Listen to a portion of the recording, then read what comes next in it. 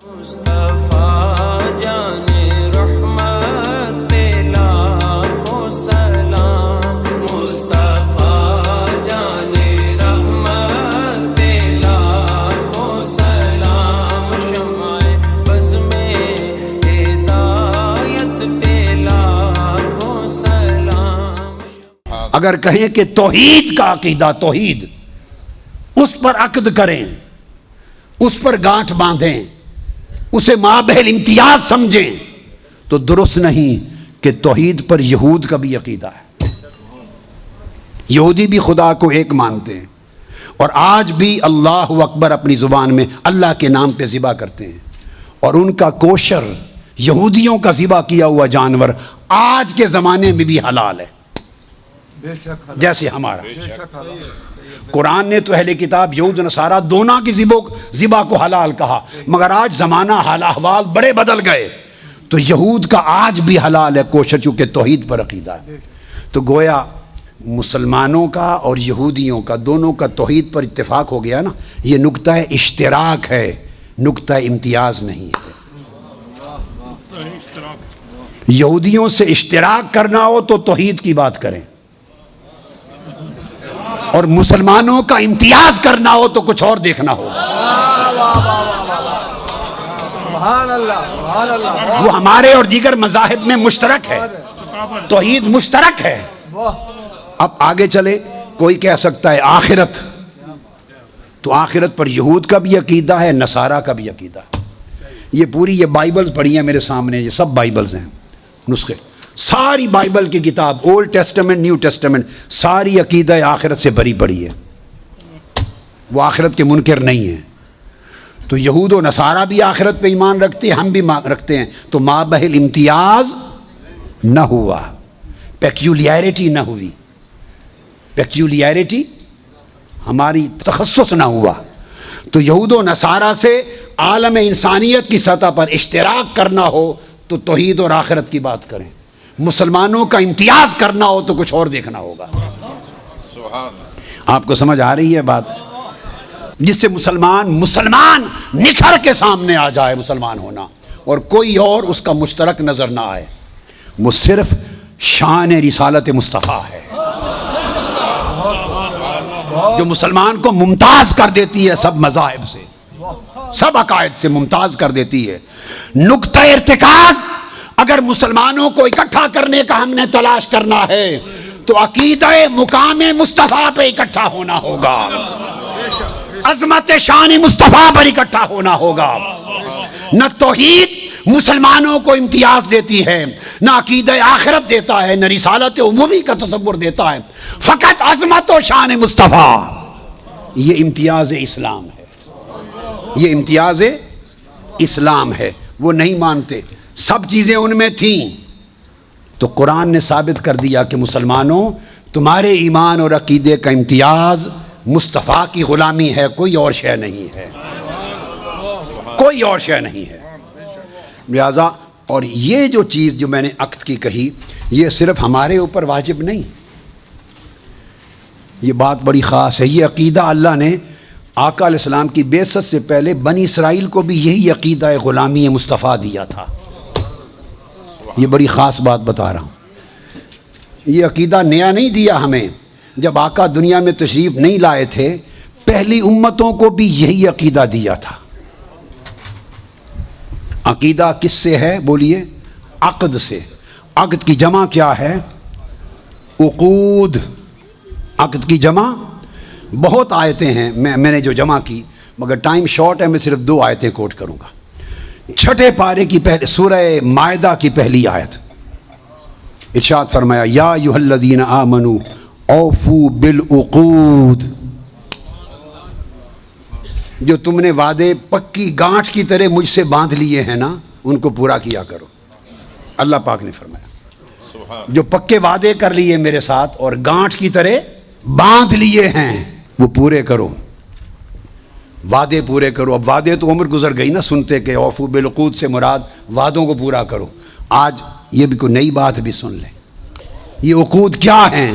عقد عقیدہ سے ہے، اس کی جمع عقود۔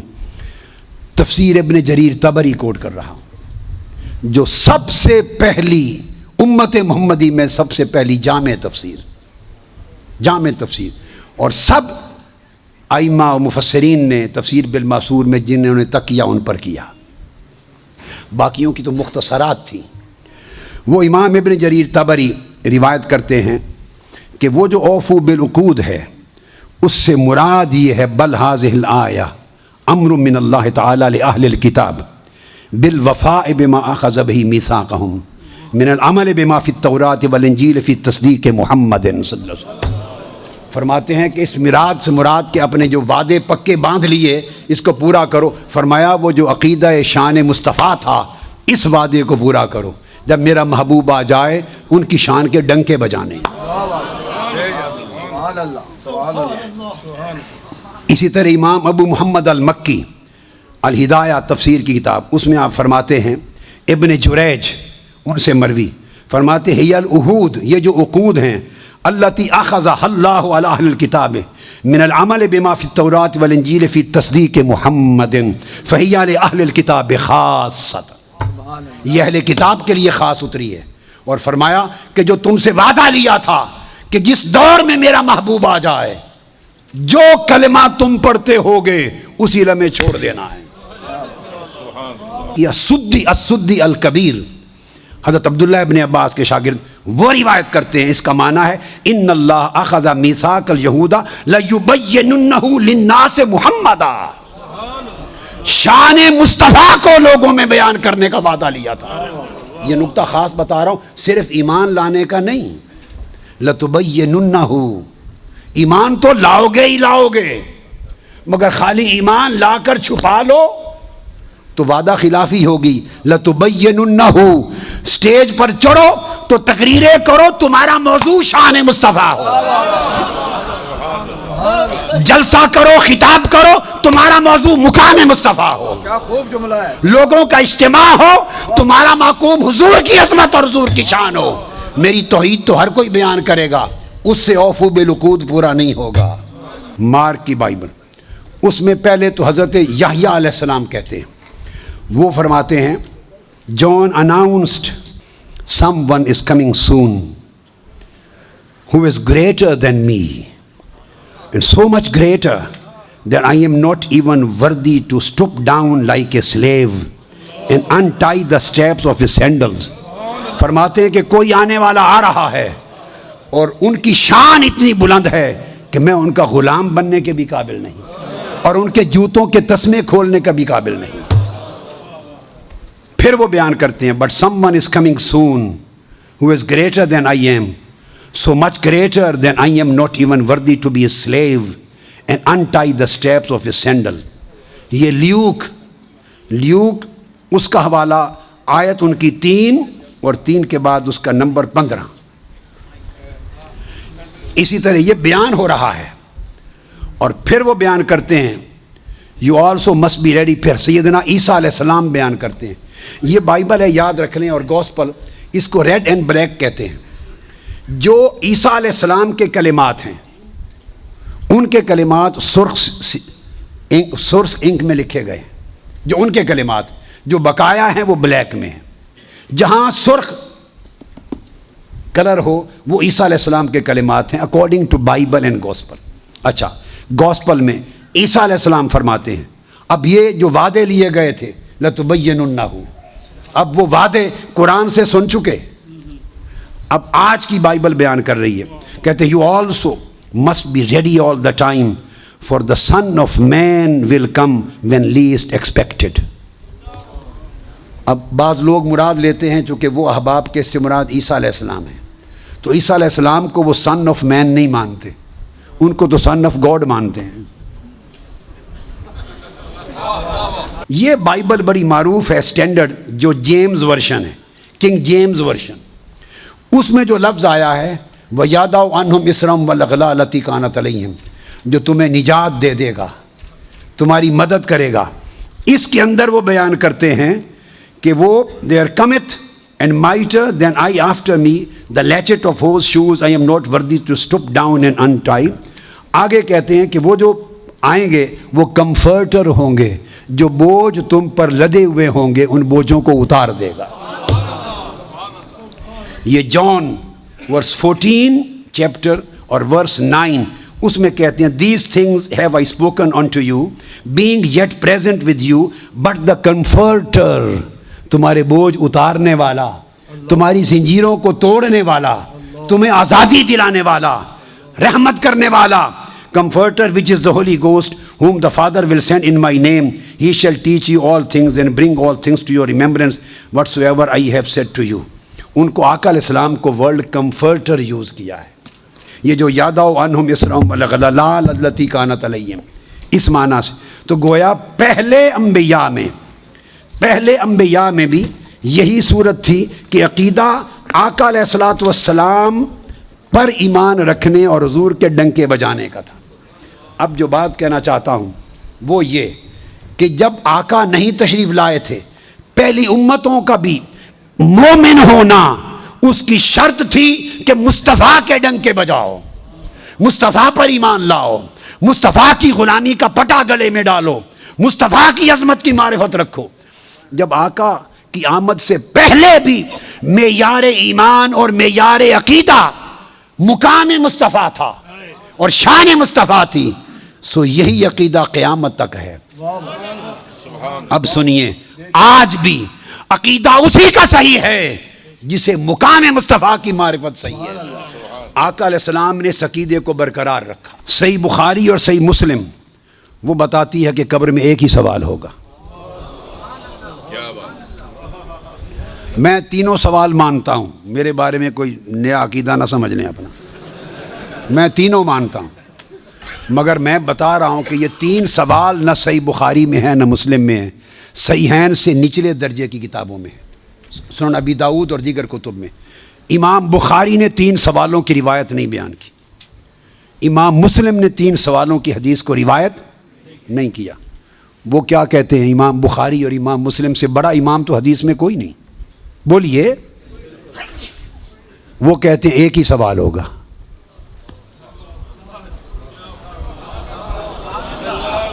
اب ٹکراؤ آ گیا بخاری اور مسلم کی صحیحین کی روایت میں اور نچلے درجے کی کتب صحاح کی روایت میں ٹکراؤ آ گیا, مگر ٹکراؤ نہیں, پھر تطبیق کریں گے, جوڑیں گے معنی کو. بخاری اور مسلم کہتے ہیں کہ تین سوال کا ذکر کوئی نہیں ان کی روایت میں, ایک ہی سوال ہوگا. انس ابن مالک رضی اللہ تعالیٰ عنہ روایت کرتے, ان العبد اذا وضع فی قبرہ وتولی عنہ اصحابہ انه لیسمع قرع نعالہم اتاہ ملکان یقعدانہ فیقولان ما کنت تقول فی ھذا الرجل لمحمد صلی اللہ علیہ وسلم. صحیح بخاری. یہ صحیح بخاری کتاب الجنائز کو اٹھا کے دیکھ لیں, حدیث نمبر 1308 جا کے مطالعہ کیجئے. پھر کتاب الجنائز میں حدیث نمبر 1673, صحیح مسلم کتاب الجنہ و صفت نعیمہا, پھر ابو داود میں بھی ہے, نسائی میں بھی, احمد بن حنبل, ساری کتب صحاح میں یہ حدیث, اور بخاری اور مسلم کی متفق علیہ. اگر متفق علیہ حدیث کچھ اور بتائے اور نچلے درجے کی کتب حدیث اس سے مختلف مضمون بتائے اور تطبیق نہ ہو سکے تو کس کو اختیار کیا جائے گا؟ متفق علیہ کو. درست قاعدہ ہے نا, یہاں تطبیق ہے, آگے چلتے ہیں. مگر امام بخاری نے روایت کیا کہ حضور علیہ السلام نے فرمایا, بندے کو جب قبر میں رکھ دیا جاتا ہے اور اس کے دفنانے والے جب چلے جاتے ہیں, اِنَّهُ لَيَسْمَعُ قَرْعَ نِعَالِهِمْ, عام میت بھی واپس جانے والوں کی جوتوں کی آہٹ سنتا ہے. یہ متفق علیہ حدیث کے الفاظ ہیں, اِنَّهُ لَيَسْمَعُ قَرْعَ نِعَالِهِمْ, پلٹنے والوں کے جوتوں کی آہٹ سنتا ہے. ہم جھگڑے کرتے پھرتے ہیں, خدا کا خوف ہونا چاہیے. عام میت پلٹ کے جانے والوں کی جوتوں کی آہٹ سنتا ہے. آپ کہتے ہیں اولیاء قبروں میں آپ کا سلام نہیں سنتا. ہم کس چکر میں, ہم نے عقیدے کہاں سے لیے ہیں, ہم نے کیا ڈھونگ رچا رکھا ہے. آقا فرماتے ہیں عام میت سنتا ہے قبر میں لیٹا ہوا جوتوں کی آہٹ. اگر ہم سمجھیں کہ اولیاء اور صلحاء جو عام میت سے اونچے درجے وہ قبر پہ آنے والوں کو نہیں سنتے, یہ عقیدہ کہاں سے آ گیا؟ یہ نہیں پوچھنا فرشتوں, پوچھنا ما کنت تقول, جب تقریر کرتا تھا جامع مسجد میں منبر رسول پر تو تب کیا کہتا تھا, جب جلسے کرتا تھا اور ذکر آتا تھا میرے مصطفیٰ کا، ما کنت تقول، گلے پھاڑ پھاڑ کر تب کیا کہتا تھا؟ جب کتابیں لکھتا تھا تو میرے محبوب کی شان میں کیا لکھتا تھا؟ یہ نہ بتا کہ آج لے ان کی پناہ، آج مدد مانگ ان سے، کل نہ مانیں گے، قیامت کو اگر مان گیا، ارے جب چہرہ مصطفیٰ سامنے ہوگا،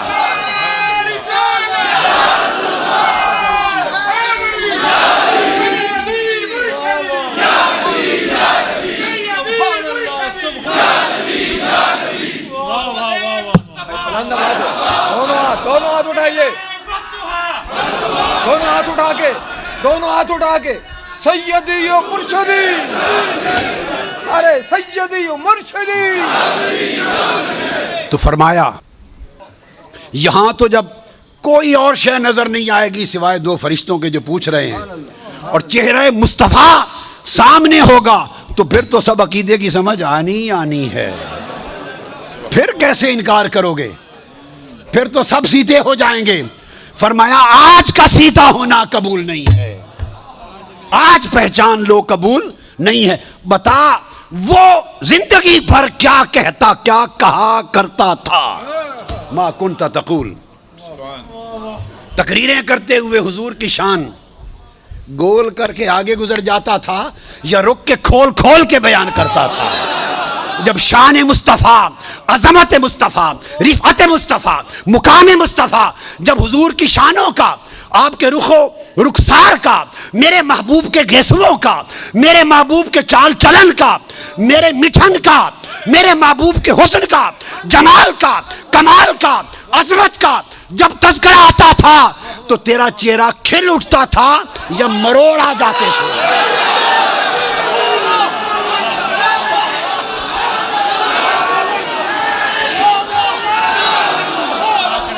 جب میرے محبوب کی نعت پڑھی جاتی تھی، جب میرے محبوب کی نعت پڑھی جاتی تھی، جب میرے محبوب کی عظمت کے تذکرے ہوتے تھے، اس وقت تیرے چہرے کا رنگ کیسا ہوتا تھا؟ کھلتا تھا یا پیلا ہو جاتا تھا؟ اور جب خطاب کرتا تھا حضور کی شان میں، ایسے دو چار جملے بول کے گزر جاتا تھا یا ساری رات اسی پر لگا دیتا تھا؟ ما کنت تقول فی حق ھذا الرجل لمحمد، بول کیا کہا کرتا تھا؟ ام المؤمنین سیدہ عائشہ صدیقہ رضی اللہ تعالیٰ عنہ فرماتی ہیں، اور حضرت ابو ہریرہ، دونوں کی اکٹھی روایت ہے، یہ مسند احمد بن حنبل اور ابن ماجہ میں یہ بھی حدیث صحیح ہے۔ فرماتی ہیں کہ آقا علیہ السلام نے فرمایا، قال اما فتنۃ القبر، بڑے توجہ طلب لفظ ہے، فرمایا فبی تفتنون وعنی تسألون۔ آقا نے خود فرمایا فبی تفتنون وعنی تسألون، صرف میری ذات اور میری شان کے بارے میں تمہیں آزمایا جائے گا۔ اب یہ نص سری آ گئی، وعنی تسألون، اور آقا نے فرمایا میرے بارے میں پوچھا جائے گا۔ آقا نے خود قصہ ہی تمام کر دیا، میرے بارے میں پوچھا جائے گا۔ اور ثم یقال له فیما کنت، اب آگے میں اس کی تعبیر میں آ جاؤں گا۔ یہ سب وہ احادیث ہیں، اور وہ میں آپ کو بیان کر چکا ہوں کہ ابو داؤد اور نچلے درجے کی کتابوں میں 3 سوال آئے ہیں، بخاری مسلم میں کہیں 3 سوال نہیں آئے۔ سوال 3 ہوں گے، پہلے 2 سوال آپشنل ہوں گے اور تیسرا کمپلسری ہوگا۔ کیا تطبیق ہے؟ ایک تطبیق یہ ہے، یاد رکھ لیں، اگر مر ربوں کا، تمہارا رب کون ہے، جواب آ گیا تب بھی دوسرا سوال ہوگا، اور جواب نہ آیا تب بھی دوسرا سوال ہوگا۔ یہ طے ہے، اس پر کوئی اختلاف نہیں، سن لیں، کوئی اختلاف نہیں۔ جواب نہ آیا تو مسئلہ نہیں کہ اب کام تمام، اس کو پہلے ہی جواب نہیں آیا لہذا فرشتوں کو اٹھاؤ، گرز مارو، اس کو عذاب دو، نہیں۔ اگر نہیں آیا کہ میرا رب کون ہے، اس کو دوسرے سوال کا موقع دیا جائے گا۔ دوسرے سوال تیرا دین کیا ہے، جواب آ گیا تب بھی، نہ آیا تب بھی، اگر نہیں آیا جواب تب بھی فیصلہ نہیں ہوگا عذاب و ثواب کا، پھر اگلے سوال کا موقع دیا جائے گا۔ جب جن سوالوں کا جواب نہ آئے تب بھی اگلے سوال کا موقع دیا جائے، اس کو آپشنل کہتے ہیں، کہ آگے بھی گنجائش ہے، چلو نظر انداز کر دیتے ہیں۔ دوسرا جواب نہیں آیا، چلو پھر تیسرا کر لو۔ دونوں کا جواب نہ آئے تو پھر بھی پوچھا جائے گا آگے. اور تیسرا سوال رکھا، بتاؤ میرے محبوب کے بارے میں عقیدہ کیا تھا. اگر یہ جواب نہ آئے تو اس کے بعد کوئی چوتھا سوال نہیں. اس کے بعد فرمایا پکڑ لو اس بے ایمان کو، پکڑ لو اس دیوس کو جو دین اسلام کا نام لیتا ہے، کلمہ پڑھتا تھا اور میرے مصطفیٰ کی شان نہیں پہچانتا. کوڑے مارو، گرز مارو، کھڑکی کھل جائے گی اور اس کا ٹھکانہ قبر کو جہنم بنا دیا جائے گا. تو یہ تیسرا فائنل کمپلسری سوال ہے. اس نے کہہ دیا میرا رب اللہ ہے، تو اللہ کو ماننے والے یہودی بھی ہیں، اللہ کو ماننے والے مسیحی بھی ہیں. اس نے جواب دے دیا میں اللہ کو مانتا ہوں، میرا رب اللہ ہے. تو اب دوسری تطبیق بتا رہا ہوں. پھر دوسرا سوال تمہارا دین کیا ہے. اگر اللہ کو مانتا ہے تو وہ مسلمان بھی ہو سکتا ہے، وہ عیسائی بھی ہو سکتا ہے، وہ یہودی بھی ہو سکتا ہے. آپ بات کو سمجھ گئے نا. اب اس کی تمیز وہ جو میں نے مابحل امتیاز بات بتائی تھی کہ فیصلہ امتیاز کس پر ہے، کہ وہ تو تینوں مذہب مانتے ہیں خدا کو. تو اب دوسرا سوال اس لیے کیا کہ پھر یہ تعین ہو جائے کہ یہ یہودی ہے یا مسیحی عیسائی ہے یا مسلمان ہے.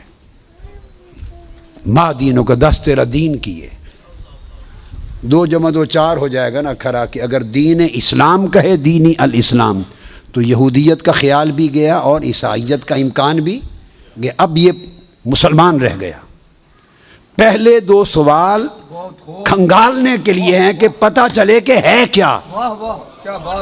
کافر ہے، سکھ ہے، آتش پرست ہے، دہریہ ہے، کیا ہے. پتہ چل گیا کہ نہیں رب کو ماننے والا ہے تو پھر یہودی ہے، مسیحی ہے، مسلمان ہے. جب اس نے کہہ دیا میرا دین اسلام ہے تو سارے امکانات گئے. اب رہ گیا کہ یہ مسلمان ہے. تو جب پتہ چل گیا کہ مسلمان ہے تو مسلمان کے لیے صرف ایک ہی سوال ہے. جب اس نے کہہ دیا میرا دین اسلام ہے تو فرمایا یہ مسلمان ہے. مسلمان کے لیے اور کوئی سوال نہیں، فقط مقام مصطفیٰ کا سوال. مسلمانوں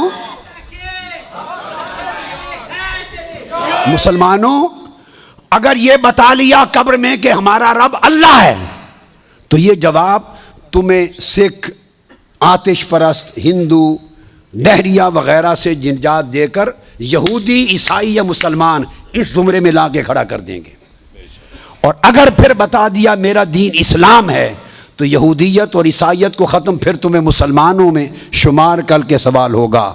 اور مسلمان اب جنت کے لائق ہے یا دوزخ کے، اس فیصلے کے لیے ایک ہی سوال ہوگا. اور 10 ساڑھے سونے دے بارے تیرا کیا. اگر تو مسلمان ہے تو ایک ہی بتا مقام مصطفیٰ کو کیا مانتا تھا. تو امام بخاری نے جو ایک سوال لیا وہ صرف مسلمانوں کے لیے لیا کہ مسلمانوں اپنی تیاری کر لو.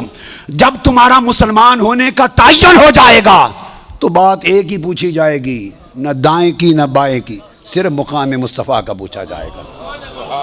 لہٰذا آج حضور کی معرفت پیدا کر لو، آقا علیہ السلام کی یار. تو پھر وہ جواب دے گا کہ یہ محمد رسول اللہ ہے. اور ساری حدیث جو میں نے آپ کو بتائی تو یہ دوسری تعبیر ہے جس کی تائید، دوسری اس کی تطبیق جس کی تائید خود حدیث نبوی سے، آقا علیہ السلام کے اپنے الفاظ مبارکہ سے ہوتی ہے. میں تو وہ ہوں جس کے پاس رات اور صبح و شام آسمان کی غیب کی خبریں آتی ہیں اور میں غیب کی آسمانی خبروں کا امین ہوں. جب آقا نے فرمایا آسمان کی غیبی خبروں کا امین ہوں تو آسمانی غیبی خبروں کی بات کی تو اس کی رگ پھڑک اٹھی. اس نے کہا اتق اللہ، اللہ سے ڈرو. یعنی آقا علیہ السلام کے اس علم وسیع کا قائل نہیں تھا، اس علم ہماگیر، علم کل کا قائل. جب کہا نا کہ صبح و شام آسمانوں کی غیبی خبریں آتی ہیں، میں تو علم الہی کا امین ہوں اور تم مجھے دنیا کی امانتوں میں شک کرتے ہو. اس پر اس کی رگ توحید پھڑک اٹھی، اس کی رگ توحید پھڑک اٹھی. کہتا ہے حضور کو اتق اللہ، اللہ سے ڈرو، اعدل، عدل کرو. جب یہ کہا تو سیدنا فاروق اعظم اٹھے، عرض کی یا رسول اللہ اجازت دے اس منافق کا سر قلم کر دوں. میں بخاری مسلم کی متفق علیہ حدیث سنا رہا ہوں آپ کو، متفق علیہ. فرمایا نہیں. ایک حدیث میں خالد بن ولید اٹھے، فرمایا آقا مجھے اجازت دیں اضرب عنق ھذا المنافق، میں اس منافق کی گردن کرم کر دوں۔ فرمایا نہیں، لوگ کہیں گے مسلمان کو مارتے ہیں، اس کی پشت میں سے ایسے لوگ پیدا ہوں گے، اور صحابہ کرام سے کہہ رہے ہیں، صحابہ سے، کہ تم اپنی نمازیں ان کی نمازوں کے مقابلے میں حقیر جانو گے، اتنے نمازی ہوں گے کہ تمہاری نمازیں کم لگیں گی۔ تو نمازوں کی کثرت ہے، اتنے روزے رکھیں گے تمہارے روزے کم لگیں گے، اتنی تلاوت قرآن کریں گے کہ تمہیں تلاوت قرآن کم لگے گی۔ اور عبداللہ ابن عباس فرماتے ہیں راتوں کو تہجد میں کھڑے کھڑے ان کے ہاتھ سوکھ گئے تھے، ٹہنیاں نظر آتی تھی، قیام لیل کرتے تھے۔ غیرت تھی، دین میں تعمق تھا، سختی تھی، شدت تھی، سب کچھ تھا۔ نماز، روزہ، تلاوت قرآن، نماز شریعت کی پابندی، اس کے اوپر سختی، شدت و تعمق، کچھ بھی بچا نہ سکا، فقط ایک بارگاہ مصطفیٰ میں سوء ادب تھا۔ سب کچھ تھا، ایک ادب مصطفیٰ نہ تھا۔ نماز بھی تھی، روزہ بھی تھا، حج بھی تھی، زکوٰۃ بھی تھی، قرات قرآن بھی تھی، تلاوت بھی تھی، داڑھی بھی تھی، منڈا ہوا سر بھی تھا، شلوار پہ یہ چادر بھی پنڈلی سے اوپر تھی، سب کچھ سر سے پاؤں تک پورا نمونہ تھا شریعت کا۔ صرف ایک چیز نہ تھی، حیاء رسول نہ تھا، ادب رسول نہ تھا، بارگاہ مصطفیٰ کی پہچان نہ تھی، مقام مصطفیٰ کا شعور نہ تھا۔ وہ حضور سے کرتا ہے، اور پھر حدیث کے لفظ ہیں، وہ پھر پشت کر کے حضور کی طرف چل پڑا۔ پشت، حدیث بخاری کے لفظ ہیں، پشت کر کے چل پڑا۔ یہ سمجھ نہ تھی کہ حضور کی طرف پشت کرتے ہیں یا نہیں کرتے۔ ارے کعبے کی طرف پشت ہو جائے تو کوئی حرج نہیں، مصطفیٰ کی طرف پشت ہو جائے تو ایمان جاتا رہتا ہے۔ جب پشت کر کے چل پڑا تو آقا نے پھر اس کی طرف اشارہ کیا، اس کو پہچان لو، اس کی نسل سے ایسے لوگ آئیں گے جن میں نماز، روزے اور عبادت کی کوئی کمی نہیں ہوگی۔ تو کمی کس شے کی ہوگی؟ صرف محبت و عدد مصطفیٰ کی، مقام مصطفیٰ کی پہچان نہیں ہوگی۔ فرمایا وہ دین سے خارج ہوں گے جیسے تیر شکار سے خارج ہو جاتا ہے۔